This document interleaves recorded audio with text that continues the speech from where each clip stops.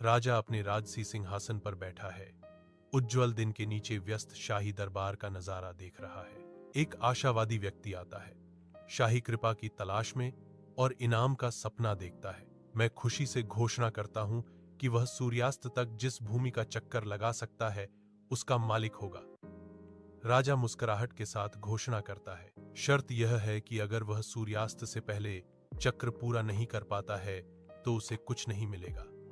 राजा चेतावनी देता है। विशाल क्षेत्र में एक आदमी दृढ़ता से चलता है।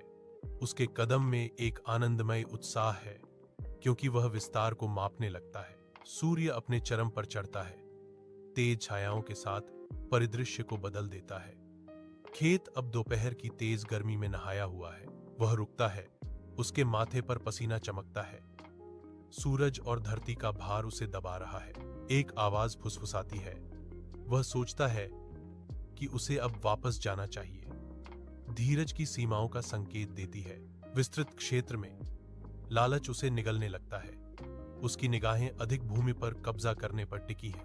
वह आगे चक्कर लगाने का फैसला करता है, अपनी संपत्ति के विस्तार की कल्पना करते हुए। एक शानदार पहाड़ दूरी पर खड़ा है, जो उसकी इंद्रियों को मोहित करता है और उसकी इच्छा को बढ़ाता है। उसका दिल डगमगाता है, क्योंकि वह अपने बढ़ते हुए क्षेत्र में पहाड़ को शामिल करने पर विचार करता है। वह अंततः वापस मुड़ने से पहले पहाड़ को अपनी संपत्ति में शामिल करने का फैसला करता है। आदमी हिचकिचाता है, अपनी वापसी में देरी करता है, क्योंकि सूरज नीचे डूबता है, खेत को आग की लपटों में रंगता है। सुनहरी रोशनी तेजी से फीकी पड़ती है, उसे आगे बढ़ने के लिए प्रेरित करती है। वह अपनी गति बढ़ाता है। हर कदम डूबते प्रकाश के खिलाफ मापा जाता है। जैसे जैसे वह तेजी से चलता है, सूरज तेजी से डूबता हुआ प्रतीत होता है। छायाएं अशुभ रूप से लंबी होती जाती हैं। शाम उतरती है।